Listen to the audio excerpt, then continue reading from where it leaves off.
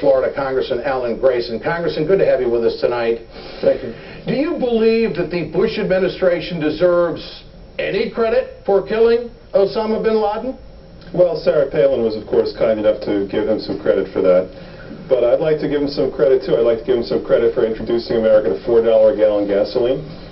I'd like to give him credit for, in the last 18 months of his administration, wiping out 20% of our national net worth, taking us from $62 trillion, the result of 200 years plus of work by people, all the way down to $50 trillion in just 18 months.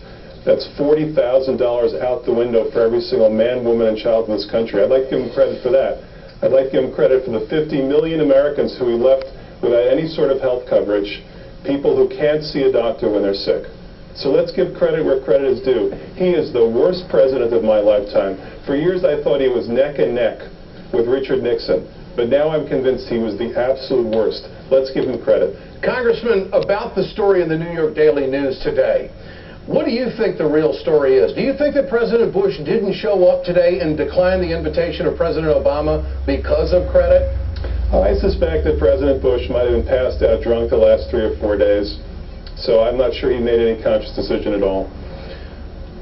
Moving forward, why is it that Democratic presidents always have a hard time when it comes to security, and Democrats are always on the defensive, and no matter what the scenario is or how the facts are laid out to the American people, it's always the Republicans going on the offensive, even in a moment like this? Your thoughts? I don't know.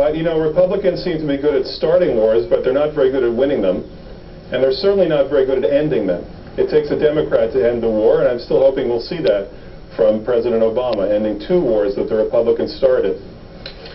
And moving forward, do you think President Obama has now secured any kind of rhetoric that might be out there to debunk it right on back, that he has this thing known as national security all figured out? Has his credibility really risen as the polls show it? Yes, he's delivered. He has delivered to the American people on this very important issue. You could see people cheering in the streets when the word got out.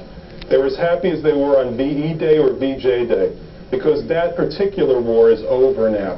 The war that was needed to bring Osama bin Laden to justice, that has been accomplished. And it is odd that it happened on the same day on the calendar as George Bush told us mission accomplished years and years ago, when he hadn't accomplished much of anything at all. Former Congressman Alan Grayson, great to have you with us tonight. Thank you for your take here on The Ed Show. Remember to answer tonight's question.